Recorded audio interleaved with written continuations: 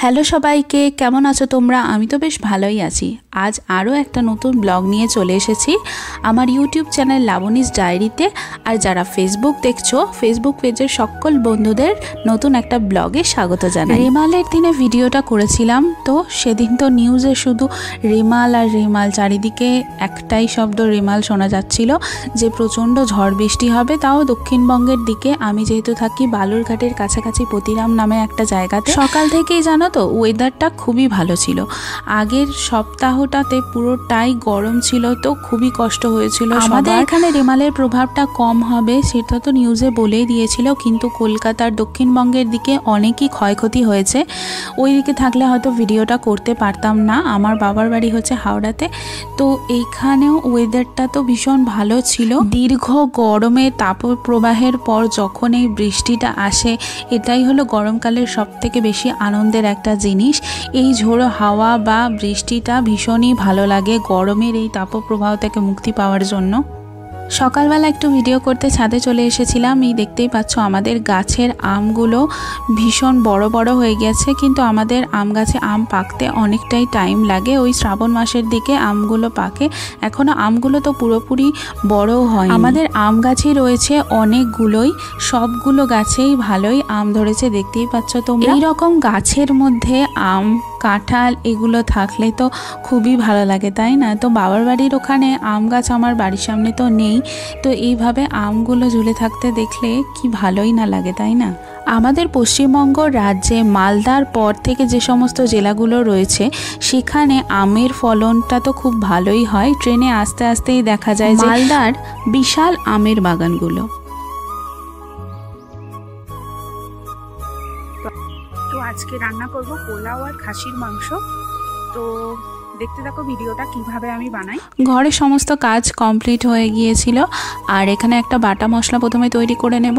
আর পেঁয়াজ, আদা, রসুন, গোটা রসুন আর হচ্ছে টমেটো, এগুলো আমি কেটে নিয়েছিলাম। আর এখানে নিয়ে নিয়েছি 12টার মতো শুকনো লঙ্কা, রসুন, আদা আর সামান্য পেঁয়াজ নিয়ে নিচ্ছি যাতে গ্রেভিটা খুব ভালো হয়। আর টমেটোটাও এর সাথে একেবারে আমি পেস্ট করে নেব। আর এর মধ্যে দিয়ে দিলাম 2 চামচের মতো জিরে গুঁড়ো বা লঙ্কার গুঁড়ো ব্যবহার করার থেকে এগুলো পেস্ট করে নিলে দেখবে মাংসের স্বাদটা না দ্বিগুণ বেড়ে যায়। তোমরাও এইভাবে বানিয়ে দেখো, মশলাটা খুব ভালো লাগবে। আর এইখানে আমি মেপে 3 কাপের মতো চাল নিয়ে নিয়েছি। আর এর মধ্যে দিয়ে দিলাম হলুদ গুঁড়ো, গোটা গরম মশলা, লবণ, ঘি আর তেজপাতা দিয়ে ভালোভাবে এটাকে আমি ম্যারিনেট করে রেখে দেব আধা ঘন্টা বা 1 ঘন্টার জন্য। সময় বেশি করে রাখলে না চালের মধ্যে পুরো ফ্লেভারটা মিশে যায়। এই চালগুলোকে গোবিন্দভোগ চালও বলা হয়, আবার আতপ চালও বলা হয়। এখানে চালগুলো খুবই সুন্দর হয়, কিন্তু আমাদের কলকাতার ওখানে চালটা না ভালো পাওয়াও যায় না, ঠিকমতো টাকা দিলেও পাওয়া যায় না। দেখতেই পাচ্ছ মশলাটা খুব সুন্দরভাবে পেস্ট হয়ে গিয়েছে। আর এখন আমি মাংসটা বসিয়ে নিচ্ছি। কড়াইয়ের মধ্যে দিয়ে দিয়েছি তেল, আর ফোড়নের জন্য দিয়ে দিচ্ছি আমি গোটা জিরে, কাঁচা লঙ্কা আর গোটা গরম মশলা। গোটা গরম মশলার মধ্যে রয়েছে এলাচ, দারচিনি আর দিয়ে দেব গোটা রসুন। গোটা রসুন দিলে না ফ্লেভারটা খুব ভালো আসে, বিশেষত মাটনের ক্ষেত্রে গোটা রসুন এইভাবে ফোড়নে দিলে খুবই ভালো লাগে। আর দিয়ে দেব আমি এর মধ্যে সামান্য চিনি যাতে কালারটা খুব সুন্দর আসে। রসুনগুলো যখন হালকা ব্রাউন কালার হয়ে যাবে আর সামান্য রসুনের গন্ধও বেরাবে, তখন ভাববে যে এটা ভালোভাবে ফোড়নটা দেওয়া হয়ে গেছে। আর এর মধ্যে এখন আমি দিয়ে দিচ্ছি পেঁয়াজ কুচি। এখানে জানো তো সবাই মাটনটা না কেউ প্রেশার কুকারে রান্না করে খায় না, কিন্তু আমার বাবার বাড়ির ওখানে সবাই প্রেশার কুকারে সিদ্ধ করেই তবে মাটনটা রান্না করে। তো আমিও আজকে প্রেশার কুকারেই কিন্তু রান্না করব। আর পেঁয়াজটা ভাজার জন্য যাতে তাড়াতাড়ি ভাজা হয় আর কি, কিছুটা লবণ দিয়ে নিচ্ছি। আর পেঁয়াজটা যখন হালকা ব্রাউন কালার হয়ে আসবে তখন আমি পেস্টটা দিয়ে দিচ্ছি। আর পেস্টটা দিয়ে ভালোভাবে কিন্তু আমি মশলাটা কষিয়ে নেব। তোমরা মাটন কিভাবে রান্না করে খাও? কড়াইয়ের মধ্যে সিদ্ধ করে না প্রেশার কুকারে? অবশ্যই আমাকে কিন্তু কমেন্ট করে জানিও তোমরা। শুকনো লঙ্কা দেওয়ার মজা দেখেছো? কত সুন্দর কালারটা চলে এসেছে না এখনও কিন্তু মশলা কষানোই হয়নি, কালারটা আগে থেকে এত সুন্দর চলে এসেছে। আর এর মধ্যে আমি দিয়ে দিচ্ছি এখন 2 চামচের মতো হলুদ গুঁড়ো, দিয়ে মশলাটা আমি ভালোভাবে কষিয়ে নেব। আর এর মধ্যে দিয়ে দিচ্ছি আমি সানরাইজের মিট মশলা। মশলাটা যাতে তেলের মধ্যে পুড়ে না যায়, এর মধ্যে মশলা ধোয়া জল কিছুটা পরিমাণে দিয়ে আমি আরও একটু ভালোভাবে কষিয়ে নিয়ে এর মধ্যে দিয়ে দিচ্ছি মাটনের পিসগুলো। আজকে যদিও দেখতেই পাচ্ছ মাটনের পিসগুলো কিন্তু মিডিয়াম সাইজ রয়েছে, অনেকটা ছোট করা হয়নি, কেন কি প্রেশার কুকারে আমি আজকে রান্না করছি তো তাই। আজকে ও আর আমি দুজনেই খাবো, বাড়িতে দুজনেই আছি। মা আর বাবা গেছে শিলিগুড়িতে মায়ের চোখের ডাক্তার দেখানোর জন্য। তো আজকে ভাবলাম যে প্রেশার কুকারেই রান্না করি, রান্নাটাও তাড়াতাড়ি হয়ে যাবে আর খাওয়াটাও তাড়াতাড়ি হবে। আর বলল খিদে পেয়ে গেছে, তো তাই আজকে প্রেশার কুকারেই রান্না করব। এইভাবে মশলাটা ভালোভাবে মাংসের সাথে মিশিয়ে কষিয়ে নিতে হবে। দেখতে পাচ্ছ কালারটা একেবারে পারফেক্ট চলে এসেছে, আরও ভালো করে কষালে একেবারে লাল লাল হয়ে যাবে।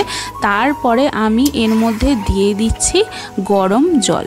গরম জল দিলে না টেস্টটা খুব ভালো আসে। ঠান্ডা জল দেওয়ার থেকে আমি প্রেফার করি যে মাটনের মধ্যে সিদ্ধ করার সময় একটু জলটা গরম করে তারপরেই আমি কড়াইয়ের মধ্যে যতটা পরিমাণে সিদ্ধ করার জন্য জল লাগবে ততটাই জল দিতে হবে, বেশি জল দেওয়া যাবে না। তো আমি বেশি জল দিচ্ছি না। এরপর প্রেশার কুকারে আমি পুরো মাংসটা ঢেলে নিচ্ছি। বাঙালির প্রিয় খাবারের মধ্যে এটা তো অবশ্যই আছে, মাংসের লাল লাল ঝোল আর সাথে পোলাও।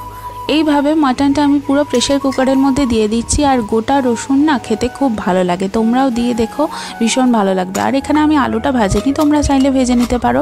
আমি আলুটা দিয়ে আর রসুনটা দিয়ে প্রেশার কুকারটা বন্ধ করে সিটি দেব 4। এখানে প্রেশার কুকারটা আমি টাইট করে দিচ্ছি। আর এখানে দেখতেই পাচ্ছ প্রেশার কুকারে হচ্ছে মাংস। আর ওই যে দেখতে পাচ্ছ ওই মন্দিরটা, ওটা হচ্ছে ভারত সেবাশ্রম সংঘ। আর এখানে ওয়েট করছে কখন মাংস হবে। ও যদিও মাংস খেতে পারে না, হাড়গুলো একটু নরম হলে তবেই ও খেতে পারে। আর ও বলল যে আজকে যেহেতু পোলাও আর মাংস রান্না হচ্ছে তাই আমরা কলা পাতাতেই খাবার খাবো।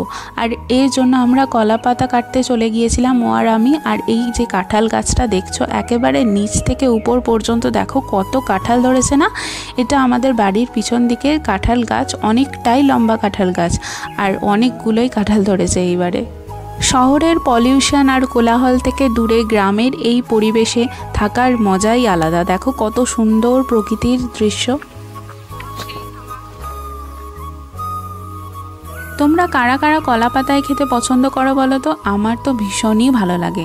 গরম গরম ভাতই বলো বা খিচুড়ি, যে কোনো খাবারই বলো, যখন কলা পাতার সাথে মেশে যে স্মেলটা বের হয় ওটা এত সুন্দর লাগে, ওটাতেই যেন অর্ধেক পেট ভরে যায়, এত ভালো লাগে খেতে। এই যে দেখো কলা পাতা পাড়া হয়ে গিয়েছে, এখন আমরা কলা পাতাগুলো বাড়িতে নিয়ে চলে যাব। আর ওইদিকে মাংসটা সিদ্ধ বসিয়ে দিয়ে এসেছে যেহেতু, তাই তাড়াতাড়ি চলে এলাম। আর একদিকে আমি সামান্য ঘি আর সাদা তেল দিয়ে কাজু আর কিশমিশগুলো হালকাভাবে ভেজে নেব। মাংসটা রান্না হওয়ার জন্য আমি 4টে সিটি পর্যন্ত ওয়েট করেছিলাম। আর গরমের মধ্যে ওইভাবেই রেখে দিয়েছিলাম যাতে হিটটা বাইরে না বেরিয়ে যায় আর মাংসটা প্রপারলি সিদ্ধ হয়। আর এরপর কড়াইয়ের মধ্যে আরও 2 চামচ ঘি অ্যাড করে আমি চালটা ভালোভাবে ভেজে নিচ্ছি, যাতে সিদ্ধ করার সময় একটার গায়ে একটা আটকে না যায়। ভালোভাবে সিদ্ধ হয়ে গেলে, যেহেতু আমি 3 কাপ চাল নিয়েছি, এর জন্য মেপে মেপে আমি ডাবল মাপের 6 কাপ জল এর সাথে মিশিয়ে নেব চালটা সিদ্ধ করার জন্য। চালটা সিদ্ধ করার সময় মনে রাখতে হবে হিটটা কিন্তু একেবারে লোতে থাকবে, নয়তো নিচের দিকে চালটা কুক হয়ে যাবে আর উপরের দিকে চালটা কিন্তু কুক হবে না। এইভাবে ভালোভাবে জলটা মিশিয়ে নিয়ে, জল আর চালের মধ্যে গ্যাপটা দেখো 1 থেকে 1.5 আঙুল থাকবে, এর বেশি কিন্তু থাকবে না।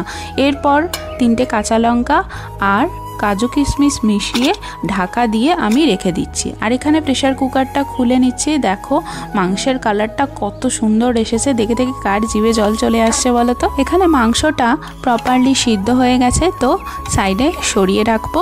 আর অন্যদিকে চালটাও আমার মনে হচ্ছে কিছুক্ষণ বাদে ভালোভাবেই সিদ্ধ হয়ে গিয়েছে। আর এইভাবে সিদ্ধ হয়ে যাওয়ার পর আমি এখানে 4 চামচের মতো চিনি নিয়েছি। তোমরা স্বাদ মতো চিনি এখানে অ্যাড করতে পারো, কম মিষ্টি করলে কম মিষ্টি করো, আর যেহেতু বেশি মিষ্টি খাও তাহলে একটু বেশি মিষ্টি। পোলাও রান্না আমার একেবারে কমপ্লিট হয়ে গেছে, মাংসটাও কমপ্লিট হয়ে গেছে।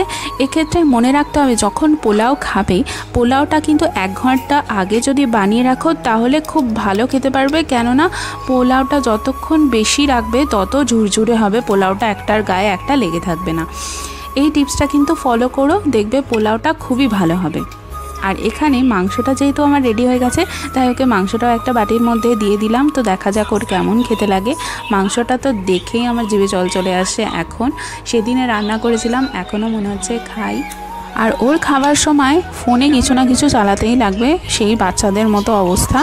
যাই হোক, ফোনে দেখতে দেখতে খাবারটা টেস্ট করছে।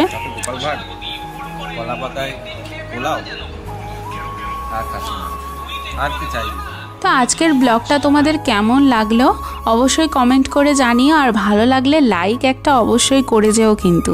আর আমার চ্যানেলে যদি তোমরা নতুন হয়ে থাকো অবশ্যই কিন্তু আমার চ্যানেলটা সাবস্ক্রাইব করতে কিন্তু ভুলে যেও না। আর ফেসবুক থেকে যারা দেখছো অবশ্যই আমার পেজটা কিন্তু ফলো করে দিও।